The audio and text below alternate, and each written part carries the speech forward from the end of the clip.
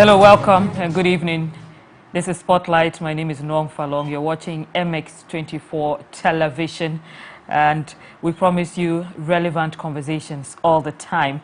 Today we are zooming in on the Russian invasion of Ukraine, which has entered. It's almost been a week since Russia invaded Ukraine. Now the invasion of Ukraine, this is the story as we know it so far. I'm just going to take you through some quick highlights before we go into the main discussion of this subject. So the invasion of Ukraine began early on Thursday of last week. It started with some missile attacks on cities and military bases. This was followed by a large ground assault that rolled some troops in from separatist-held areas in the east, from the southern region of Crimea, which Russia annexed in 2014. As you can see, this conflict has some history to it. But when we speak to our experts, they'll give you more information about that. Now, this is an assault that did not just come out of the blue. It's been anticipated by the West for quite a few weeks, and it amounts to Europe's most significant ground conflict since World War II. It's a very serious conflict. It is unclear how much or how little Russian forces have seized or the extent of casualties that have been recorded. But this is a story that, of course, develops as the days go by, and we'll be bringing you more updates. The Russian military on Friday had said that it had encircled the cities of Sami and Konotop in the northeastern part of Ukraine, but it was taking steps to ensure civilian safety. To the extent of truth in that, we are not sure of yet. Also, we know that the Russian Defense Ministry has said that their forces have so far knocked out 211 Ukrainian military installations, including 17 command centers, 19 Air Force defense missile systems, 39 radar units, 67 tanks, and 6 warplanes. This is quite a huge scale. Also, we know thousands of Ukrainians have tried crossing into neighboring countries. Some of them have been successful. To the West, especially in search of safety. They're looking for safety, they're afraid of war. Among these thousands who are trying to cross are Ghanaian students and Ghanaian citizens who reside in Ukraine. So whatever way you look at it, Ghana is affected. Literally every country is affected. Also, the UN has said it plans to seek over $1 billion in donations for humanitarian relief in Ukraine over the next 3 months.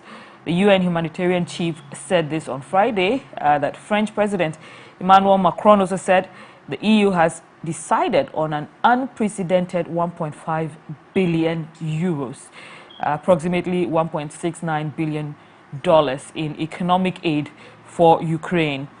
We also know that U.S. President Biden has also been speaking on this particular. Listen, every world leader who's worth his salt has been speaking on this conflict. We know over here in Ghana, the president of Ghana has spoken. The Ministry of Foreign Affairs has spoken concerning this. There have been some steps taken by the Ministry of Foreign Affairs in particular to ensure the safety of Ghanaian citizens and students in Ukraine. At present, we also know Poland says 115,000 refugees have crossed its borders from Ukraine. And this has been since the invasion of Russia almost a week ago, with the UN estimating also that Ukrainians are internally displaced to the number of 160,000 internally displaced Ukrainians. Also, more than 50,000 people have crossed into Hungary and Romania, with 16,000 more people going into Moldova. I'm just going to come back home to Ghana. I mentioned earlier that the Ministry of Foreign Affairs has been speaking on the situation, especially with regards to evacuating Ghanaian students safely out of Ukraine. Let's just take a quick listen to her and come back to this. To airlift our compatriots from Kyiv and other parts of the country, thus leaving the only viable option of evacuation by land to neighboring countries such as Moldova, Poland, Romania, Slovakia, Hungary, and the Czech Republic.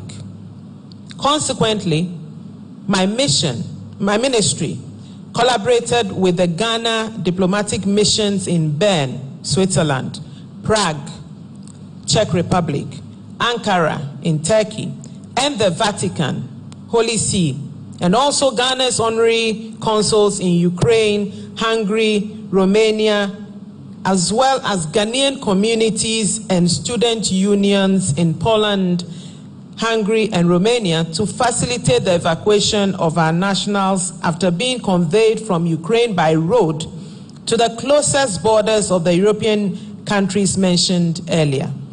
Ghana has also put in place the necessary package to facilitate transportation, accommodation, feeding, medical support, flights, etc., to ease any burden on our people. With all the collaborative efforts, I'm pleased to inform you that a good number, over 220 of our compatriots, have exited Ukraine and should be with us in Ghana soon.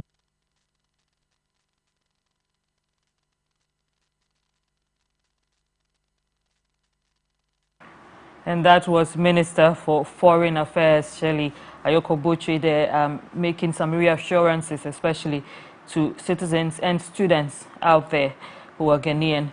I'm just going to speak with a few of our guests shortly. We're going to have Adib Sani joining us. He's a security analyst, and of course he's going to have a lot to tell us. We have Mukhtar Mumuni Mukhtar, who's a counter-terrorism expert, also joining us on the program. We also have a few people joining us on the line, on the ground in Ukraine and neighboring countries. From Slovakia, we have Valeria Arthur. She's a volunteer. She's also married to a Ghanaian. Then there is Gabriel Asante, who is joining us from Hungary. Nana Jiman, also from Ukraine, and Dr. Albert Kicha from Ukraine. Let me just go to Valeria Arthur, who is on the line presently. Hello, Valeria. Good evening. Welcome to Spotlight, and thank you so much for joining us. Hello. Thank you for having me. Right. You're talking to us from where exactly? Hungary? From Slovakia. Okay. What has the situation been like in Slovakia since this crisis began? In Slovakia, the situation is quite, I cannot say normal, because we are a neighboring country, so we have fear as all countries which are neighbors of Ukraine. Okay.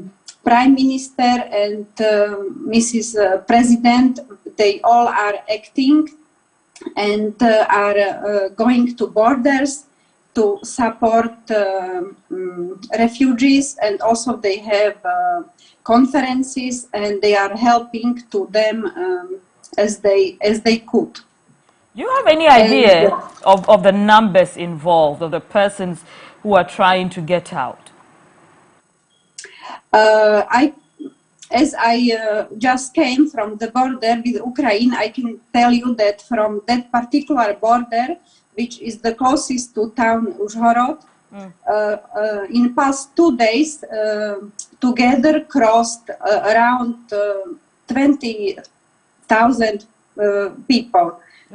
I mean, together Ukrainian and the other people from Ukraine.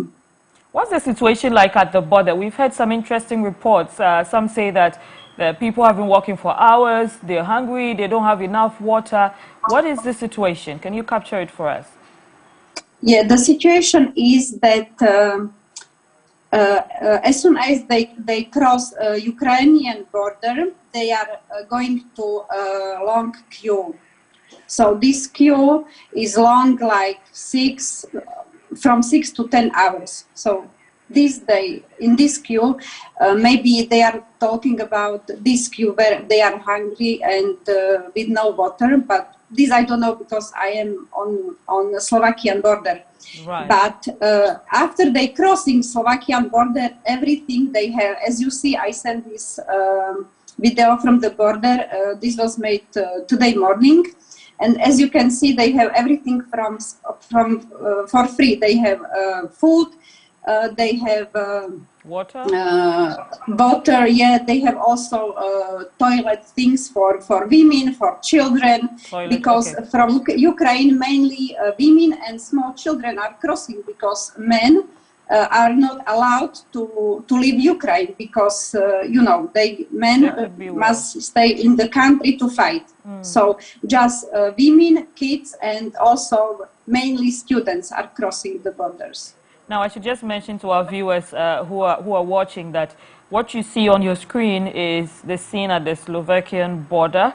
Yes. After that, we're also going to roll more visuals that you see some Ghanaian students, the situation exactly when they arrive at the border and what they have to deal with, the processes that they're taken through.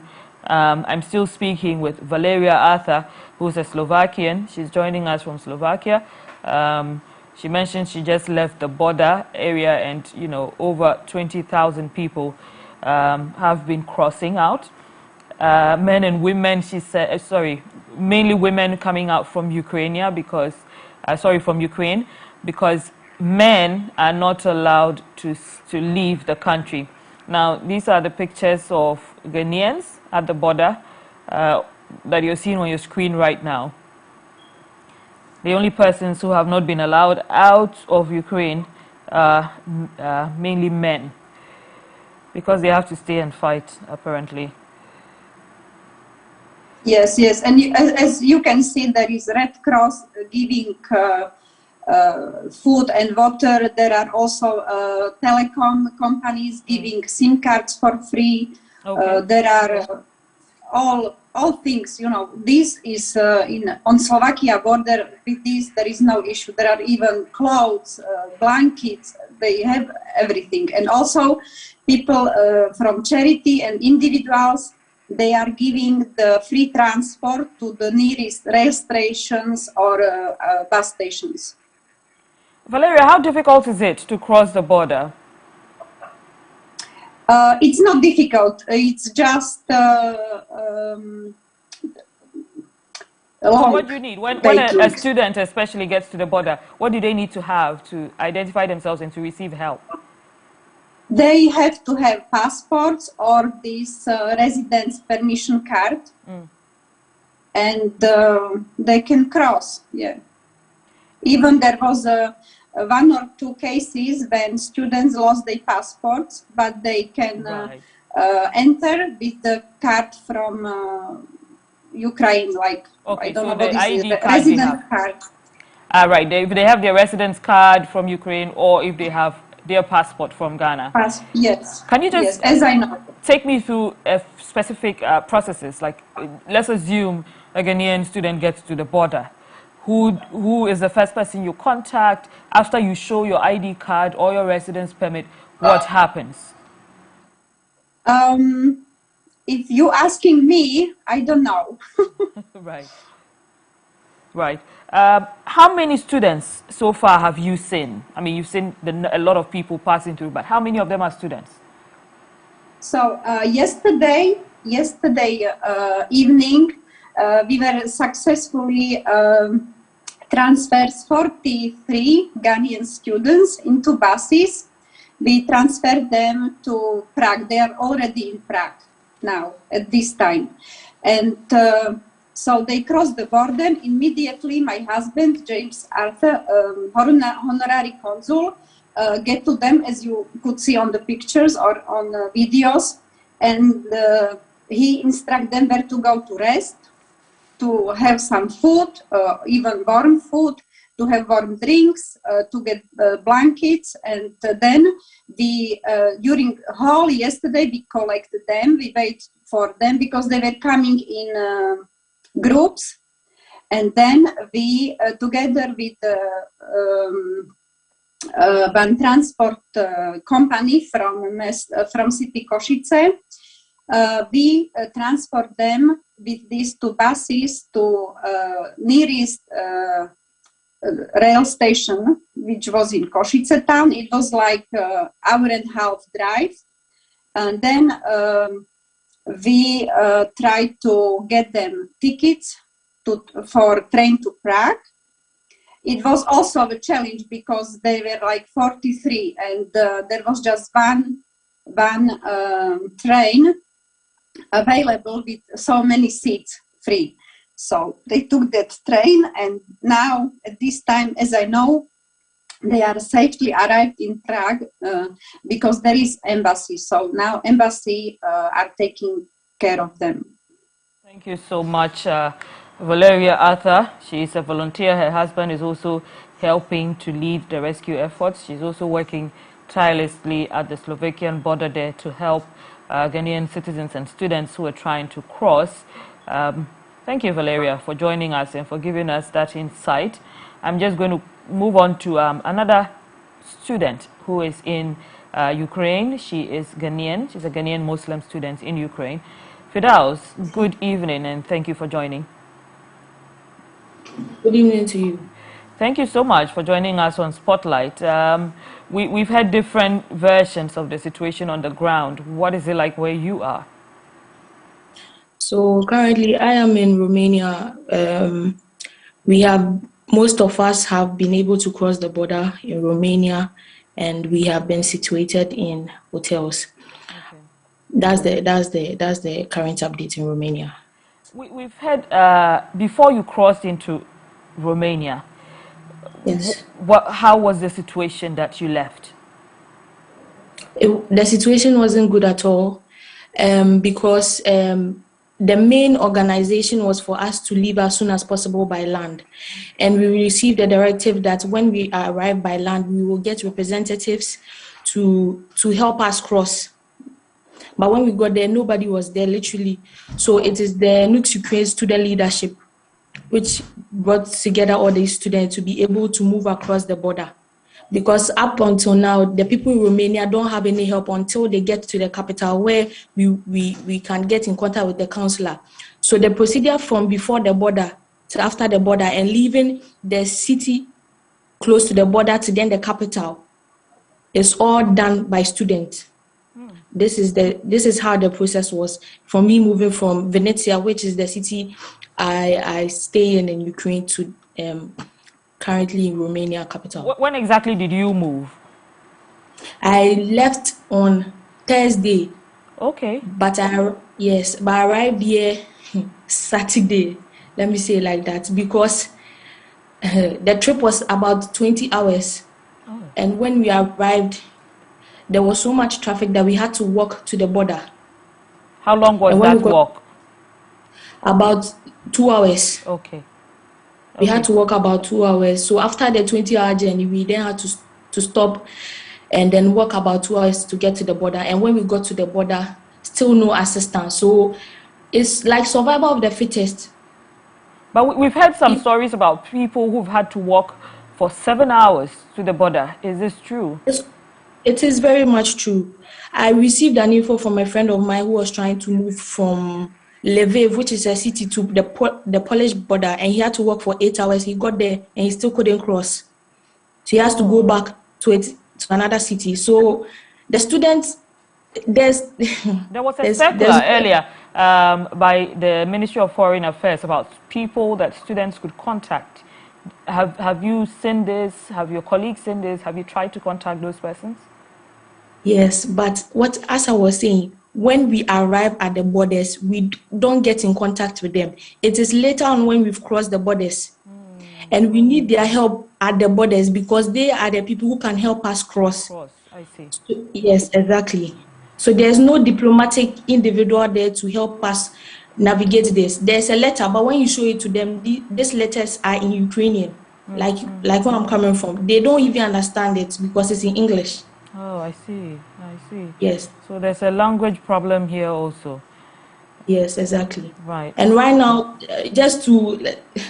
right now we are even okay, let me say in this sense, but then our brothers and sisters who are in Sumi right now are in complete and total lockdown and can't move.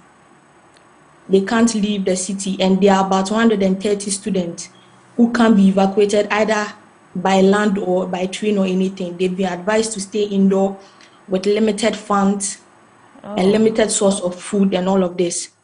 Up until now, I must say we haven't received any kind of monetary assistance from the government. So it's making it difficult for us to regulate things. The nukes itself, we had about $3,000, and we've used all this money to try to get people from our cities to the border, and then after the border to maybe a capital whereby they can even meet the consul or something of that sort. But when you say you're not receiving any assistance in terms of financial assistance from government, who is financing your movement? Your stay in a hotel and all that. Where is this coming from? Right now, I can speak for the people in Romania, whereby we are being sponsored by our consular. But then when we arrived from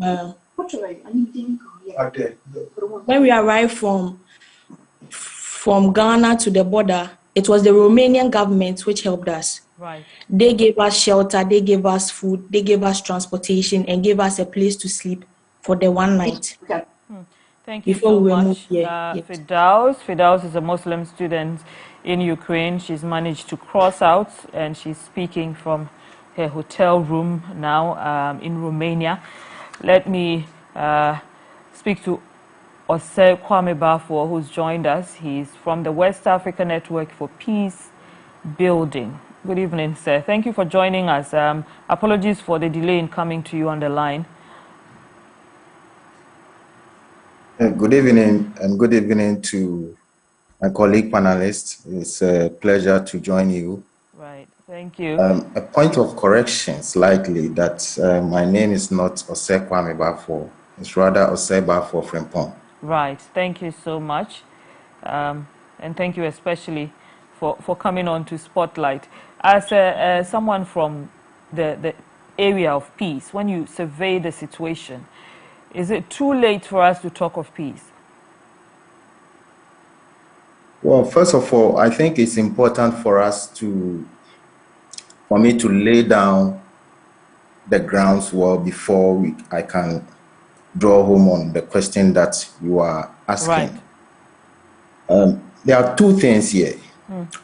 One, the current situation in Ukraine underscores one fundamental principle of what is known in international relations as realist theory, or the belief that anytime a state security is threatened, there is the likelihood that that particular state will use all kinds of measures, including war, to address or eliminate that threat, particularly when that state is a global power.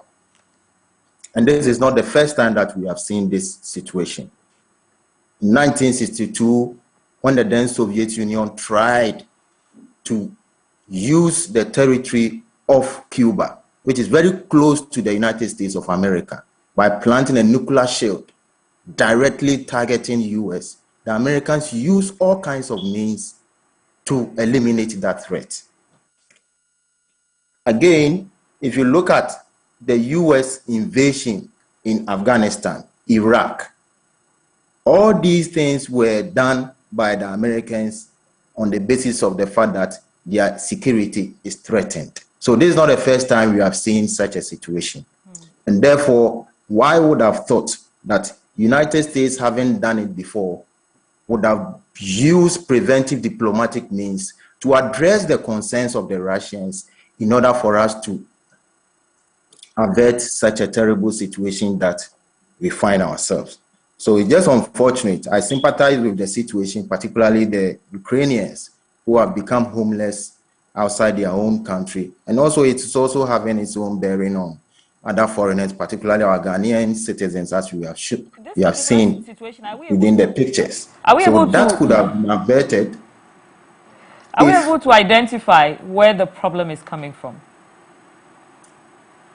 That is why I have stated that because Russia's security is threatened since 1990, early 1990s, with the end of the Cold War, what NATO, the US, and its allies have sought to do is to encircle Russia. Most of the eastern states that used to be part of the Soviet satellite states have joined NATO. And now Ukraine, which is also a border just close to Russia, is also trying to join NATO and the EU. And that is why Vladimir Putin feels that his security is threatened. And if they do not eliminate that, it means that in the future, Russia is going to find itself in crisis. And that is why they have resorted to that measure to respond to the situation. That is not the best that we want. But right. If I was just going to ask Mr. Frimpong, sorry, I just want us to get proper context. Is this, is it not an overly, how do I call it, aggressive reaction to feeling threatened? That is what I'm saying. That is what defines state behavior in the international system. Okay. When the state feels that its interest, particularly security, is threatened, there are all kinds of measures that it will use to eliminate that threat, including war, as we find ourselves now. So if the West and its allies have allowed preventive diplomacy and constructive engagement with the Russians and begin to address the Russians' concerns in line with the 2015 agreement, don't forget that this is not the first time they are having that war. Russia invaded it in 2014. And now we are back to the status quo. So if those concerns of Russia have been addressed, I believe that this unfortunate situation would have been averted. Mr. Frimpong, thank you for giving us a bit of context.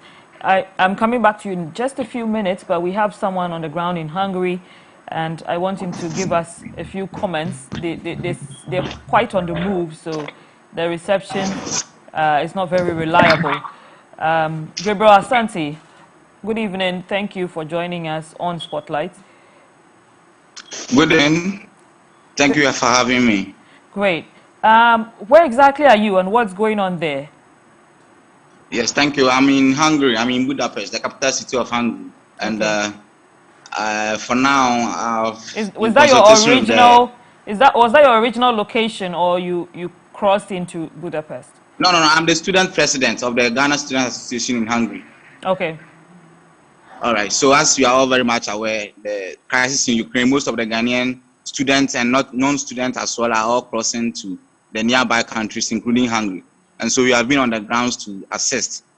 Because as you are all aware, there's no embassy, Ghana embassy here. There's only the consular unit who is not even around in the country as at the moment. And so we have been on the ground to assist in consultation with the other stakeholders, that's the embassy, to ensure that Ghanaians who are crossing to Hungary will be provided the needed support that they may need or they may get. So that is what we are on now. Currently, I'm still outside. We are still mobilizing students. They are arriving at the train station. We are picking them to a place where we can get an accommodation for them for the meantime. So this is what is going on now. How many students have you been able to get out so far? Yes, so yesterday we were able to receive 26 students, the Ghanaians, and they were all students. Yes, today, so far I haven't finished my report, but we are still working on it. As I said, some of my men are even on their way to the train station to pick some of them. Some of them alerted us that they have just arrived. And so far, by the time I was leaving to give this report, I received about almost 40 Ghanaians so far. But I think by the close of midnight, 12 a.m. or 1 a.m., there'll be more Ghanaians than this. So there's the situation. So earlier I was asking Valeria, who's also on the ground, about the process when Ghanaians get to the border. Are you aware of exactly what happens? Once you get to the border and you show your ID or you show your passport, what next? It has not been easy at all. To be honest, the situation is very, very difficult. Students are finding it very, very extremely difficult. One, because of the huge numbers that are coming in, and secondly, the means of transport that people have to use to go to their various destinations, and also the accommodation issues. These are big problems that we are facing. We will be very glad if the government will quicken things and make sure that students are able to at least get all this needed support. It is very, very difficult. So when you show your passport, they will stamp it, and then because of the crisis, they have issued a special notice. They will allow you to cross to the country that you are going. So when you arrive in the country, we will receive you and take the details, and then later on we forward the details to the embassy that we are under. And then according to the embassy, they will start working on their tickets so that they can be evacuated later on to Ghana. So this is the arrangement so far. Gabriel, who is funding all of these arrangements? For now, as I'm speaking with you now, we are trying to mobilize our own resources to do that. Although the embassy have told us they will give us support, but there's no support so far. We as a student body who is not responsible for that, because this is purely the work of the consular, but because they are not around, we are purely mobilizing our own resources to do that. For now, everything is coming from us. We haven't received any support from government. But have they reached out? Yes, we are in contact with them, but we haven't received support from them. Everything we are trying, the students here, we are trying to contribute something ourselves and trying to do all these things for now. We have had some interesting reports about Africans not being allowed on the trains. Is there any truth to this?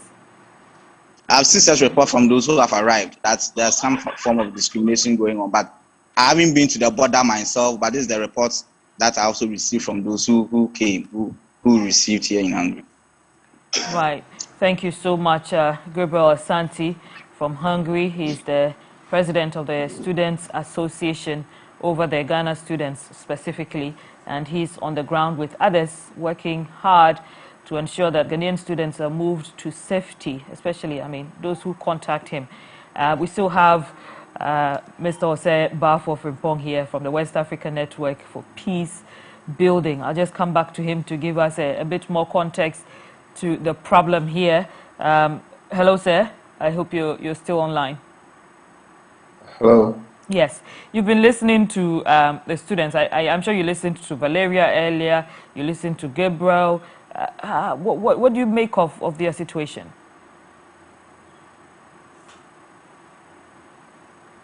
Well, the situation is, for me, it is something that the whole world is concerned, given the humanitarian crisis that it has occasioned by the conflict or the war.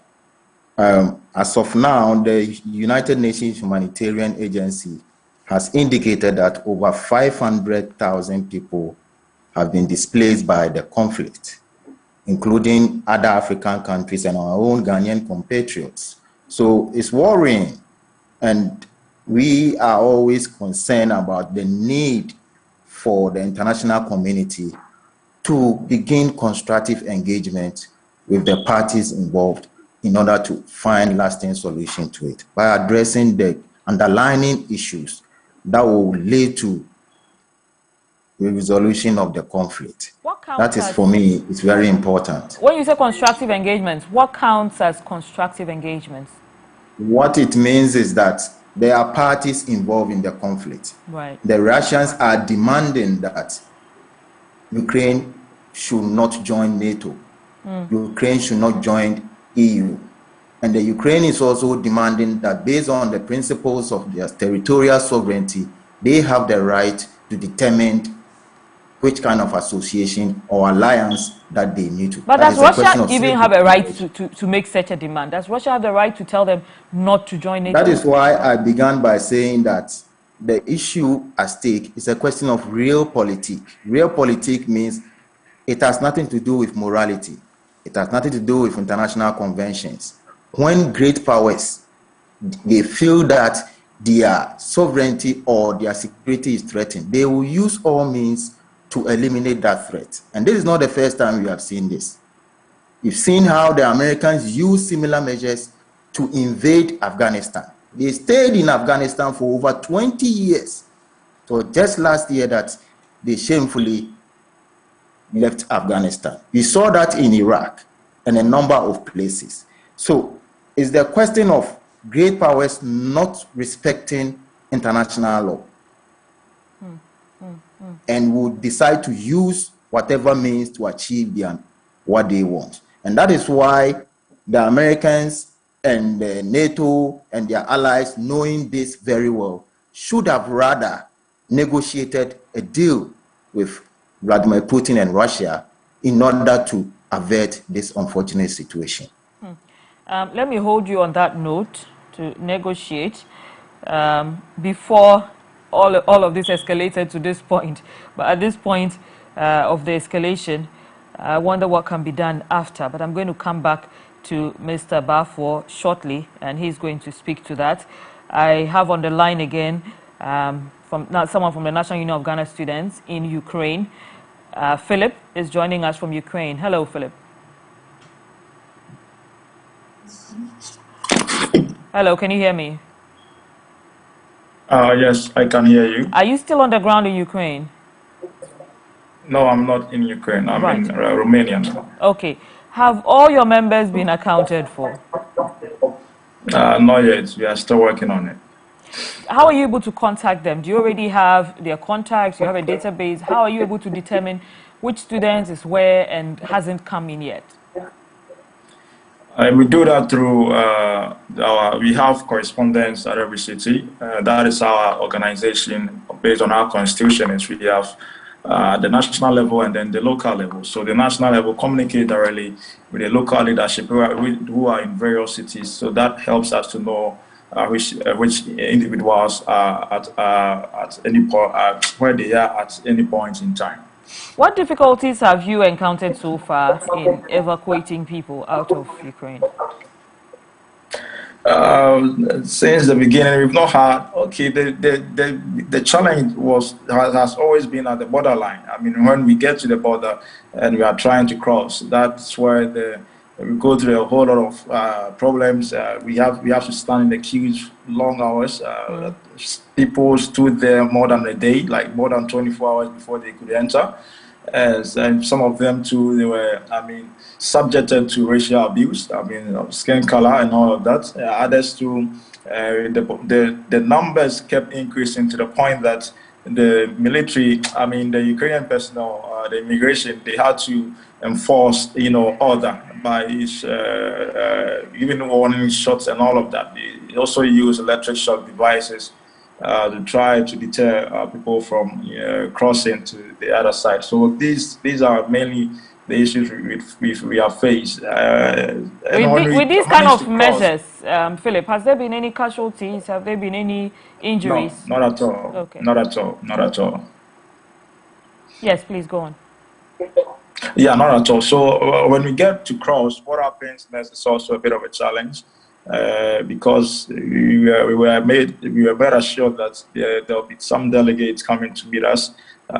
Diplomats from the ministry and the embassies who will be meeting us even at the borderline, so that with their presence we will have an easy pass. But that didn't happen. It caused a lot of frustration, and then having to stand in these queues for over 20 hours, no food, no water, and all of that. You get across, and then accommodation and transportation was a bit of an issue. But now, since most of us have been here, the leaders, the student leadership has been here, we've tried to organize that, and people are not facing that issues anymore. So that has been the challenge since the beginning. Philip, how do you organize this accommodation? Because we've understood from some of your colleagues who have joined us that there has been no serious financial support, especially from government. So in the meantime, how are you able to manage the situation? The thing is, I want to believe governments actually put measures in place, like the ministry, through the embassy, and to start their correspondence. Sorry, you don't believe?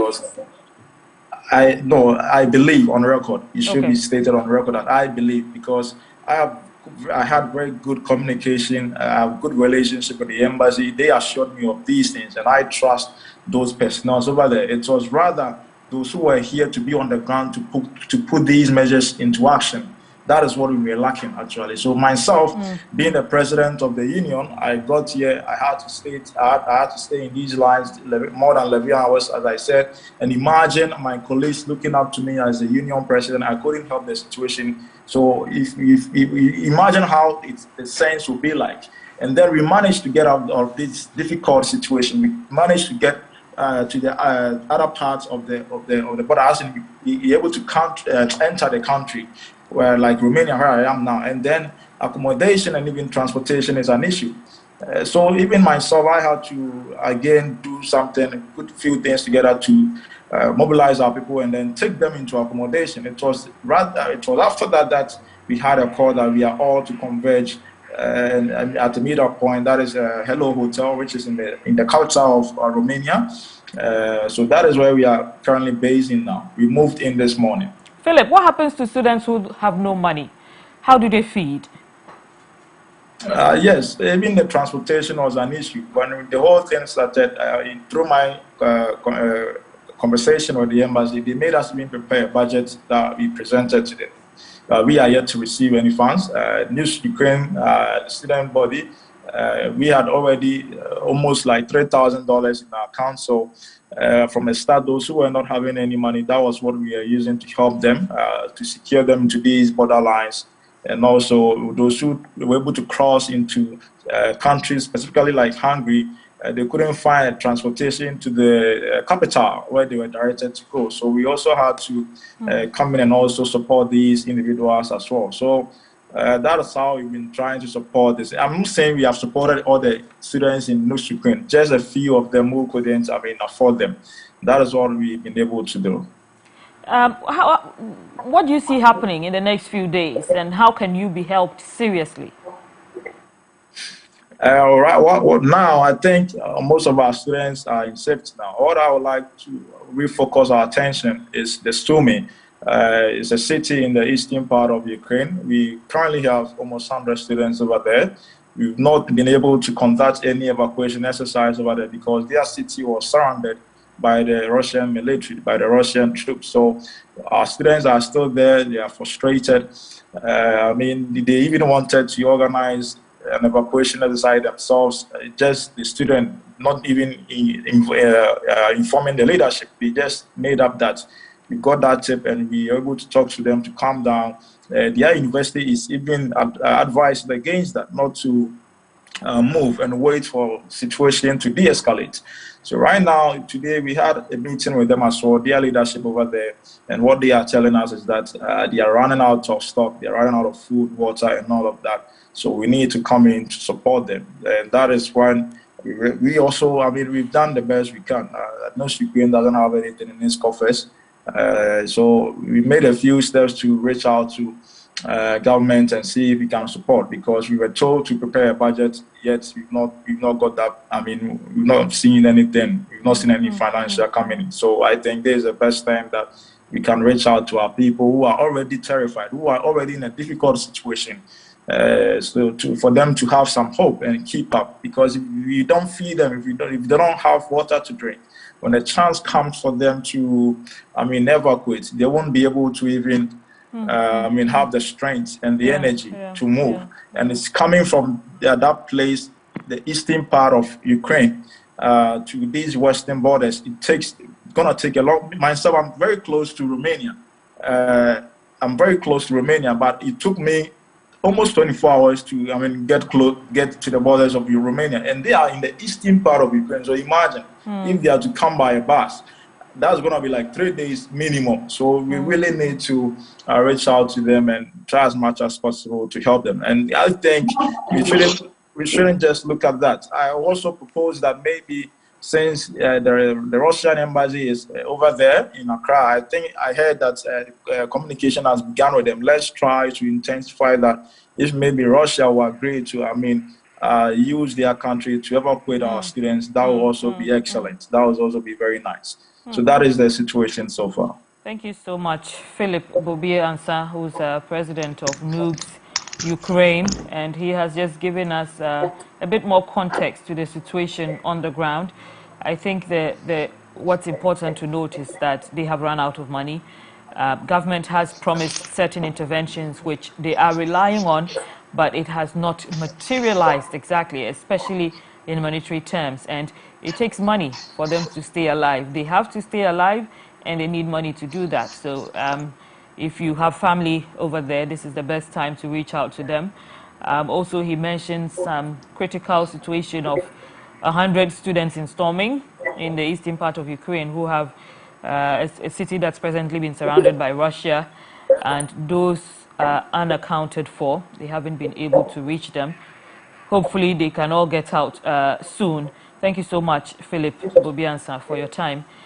Let me go back to our security peace building expert who's still on the line with us, Mr. Oseba Frimpong.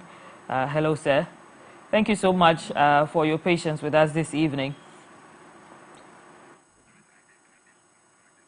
Hello. Yes, please. Can you hear me? Yes, please. Yes, I was asking before. Remember the first question I asked that took us through all of this. Is it too late to expect peace quickly? No, it's not too late. There have been a number of situations where conflict are even resolved in the midst of conflict. So we still have our diplomatic options available, and it's important for us to utilize it. We have the UN members, we have the NATO, we have the Americans themselves, and it's important for us to open dialogue with the Russians and also the Ukraine and find lasting solutions. So as far as I'm concerned, there are still options for us to use in order to intervene in the conflict and resolve it amicably. Before I let you go, I have a question. Earlier today, there were discussions that, a few years ago, you would expect the sanctions to be stronger. You would expect so-called superpowers to move in strongly to stop the situation. Other people were more afraid to make such brazen moves against other countries because, the U.S. would come after you and try to stop you, by any means possible. But the response from these superpowers, there have been sanctions, there have been a lot of things said and done, but it looks like it's not strong enough to deter Russia yet. Is there a reason why, the responses from these countries seem very measured? I think there are multiple of factors explaining that. The truth of the matter is that international sanctions or economic sanctions over the years have not really been effective in terms of bringing out changes to the dynamics of conflict. Why? Because of the various interests or competing interests. In this case, this is a question of geopolitics. Those who are applying sanctions on Russia, a number of them, particularly those in Europe, depend on Russia for gas supply. Number two, Russia is the second largest exporter of crude oil. Russia is also a nuclear state. And that is why the West most probably is not ready to intervene. Don't forget, America themselves just got out of Afghanistan. And we know the number of casualties that they've sustained and the number of resources that they pumped into that war, which did not end up in anything. And the pressure that it brought on the US government to pull out of Afghanistan. So the Americans themselves are fatigued and therefore are not ready to risk their citizens to intervene in that conflict. Two, if you decide to put economic sanctions on Russia, don't forget that the Chinese are also there, who is also a powerful state that could provide the economic aid to Russia in order to leverage on the impact that will bring to Russia. We also need to realize that for you to confront Russia militarily is not the best option. So those economic sanctions, yes, there will be impact here and there. As it is now, the Russians have also decided to take other measures in terms of blocking other states in Europe from using their airspace and other countermeasures there. So that is how it is. You cannot win everything. And that is why it is always important that in matters of this situation, mediation through diplomatic channels and engagement constructively, they are very important in bringing the parties together to have lasting solutions to the problem. So yes, economic sanctions, you may apply it, but those who are applying it heavily depend on Russia in another angle, particularly Germany, whose source of gas largely emanates from Russia. So if you are going to apply such sanctions on Russia, you should also expect countermeasures that Russia will also come out with. So the international system has changed dramatically, that it doesn't belong to one country alone. There are multiple of actors, and Russia is also an actor. And it is important that the United States and its allies in Europe recognize that fact and begin to engage constructively in order to find lasting solutions, rather than pursuing a particular interest that has never resolved a problem. Thank you, Mr. Osei Bafo-Frimpong from the West African Network for Peace Building, ending his submission there with a very strong call for mediation and diplomatic negotiations. Hopefully that can happen soon and the situation can go back to some amount of normalcy. I'm going to go to our security analyst on the line, Adib Sani, who's just joining us. Thank you, Adib, for joining us. We've been waiting. My pleasure always. Thank you. Look at the situation and give us your quick assessment. We've spoken so far to a few students, you know, some from Ukraine who've managed to cross the border. We just spoke to the NUG's president from Ukraine, Philip Wobiansa, who was telling us some of the students are still unaccounted for.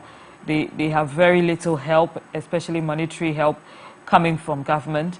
And so they're trying as much as possible to mobilize themselves as best as they can. What's your assessment of this situation as we see it? I have personally taken the trouble to speak with some few people on the ground. I spoke with some students on the ground in Sumi. And according to them, in Sumi alone, there are about 100 Ghanaians living there. And they actually live in the bunker. They report there between the hours of 4 p.m. and perhaps 10 a.m. the following day.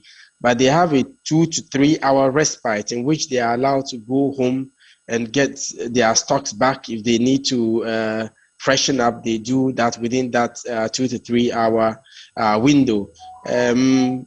Like has been told, they are running out of cash. A lot of the ATMs have run out of cash. And interestingly, there are some individuals who are actually selling money. What in essence it means is if you have electronic cash, you send it to them electronically, then they are able to give you the cash. And this is usually amongst those persons who have a lot of cash, who have been, luckily for them, able to get to safety. Then they are able to dispatch those monies to those persons still trapped. So far, I think we've not had any reported case of any Ghanaian getting hit, and I'm hoping that those of them in the thick of the violence will be able to hunker down safely until such a time that it will be safe to get them to either Poland or Hungary or Slovakia or any of those countries near Ukraine.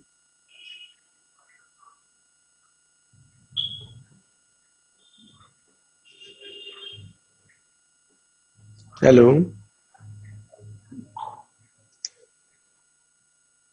Hello. I can't hear you.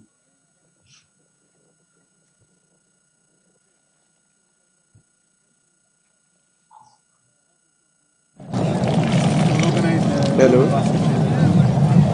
Hello.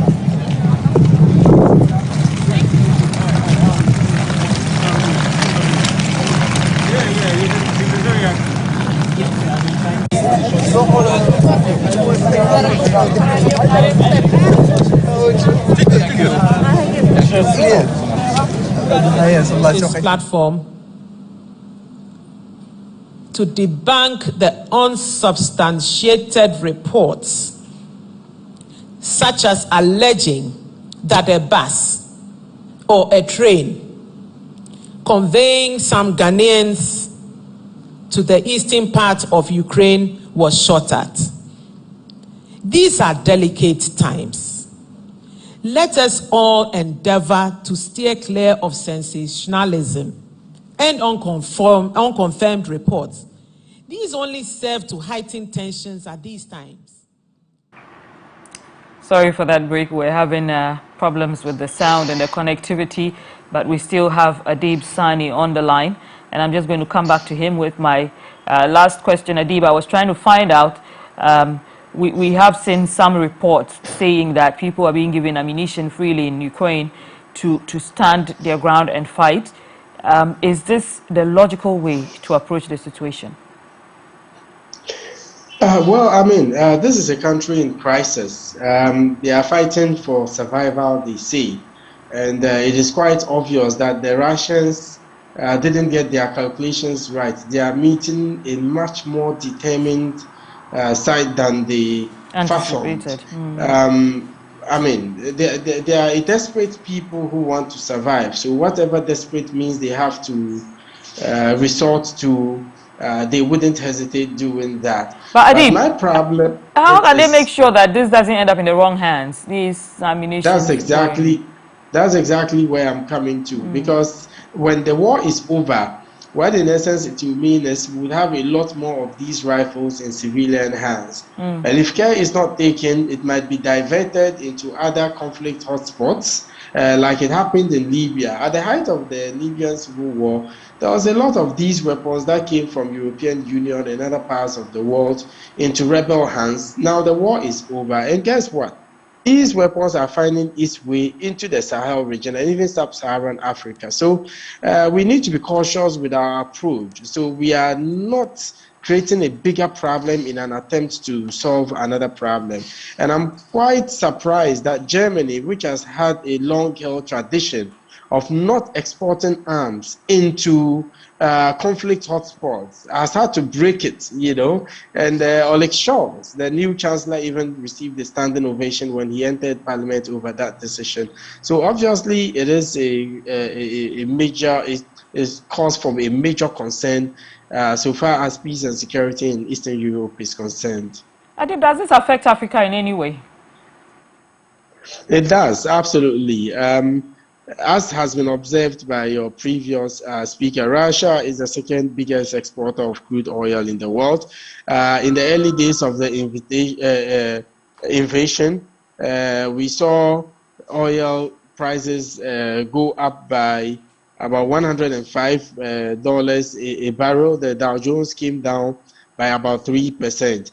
And if oil prices goes up, you know, it has rippling repercussions on the cost of living, particularly in Africa. In Ghana, we recently saw fuel prices going as much as 7.99 a liter. So it is likely that the war in Ukraine would push fuel prices up in the country, which would resonate in every aspect of our lives, since every aspect of our lives depend on fuel. So that, of course, would affect livelihoods to a great extent. Just this week, transport fares went up by 15%. So the war in Ukraine would add up to the woes of particularly those living below the poverty line. Now, if we are looking at these issues, let me look at the security side especially. How can we be vigilant enough to avoid an encroachment on our peace and security?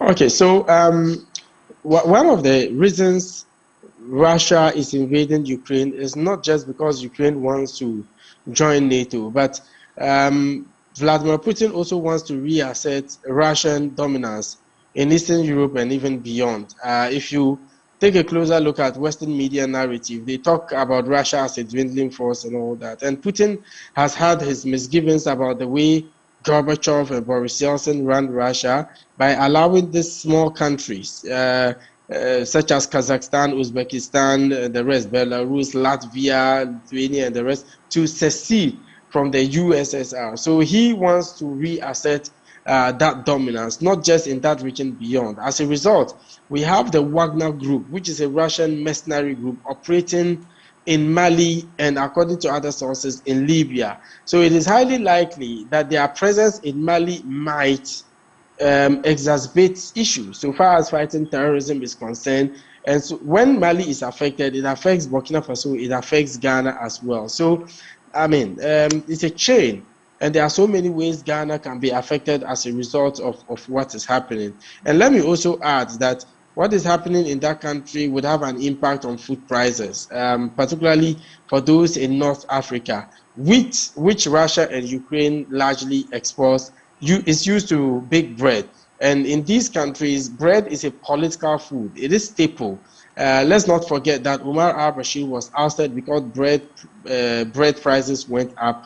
That resulted in the demonstrations, and in the end, there was a revolution. So we are likely to see food, insecurity also becoming a bit of a problem for countries within sub-Saharan Africa, including Ghana. Thank you so much, Adib Sani. Adib Sani is a security expert, and he has just been weighing in from the security angle on the Russian invasion of Ukraine. My name is Nwong Falong. We thank you so much for spending 1 hour of your evening with us discussing relevant affairs. I want to thank my production team, especially our producer, Jonathan Iledi, for a very good production. And to you at home, we're all grateful. Good evening.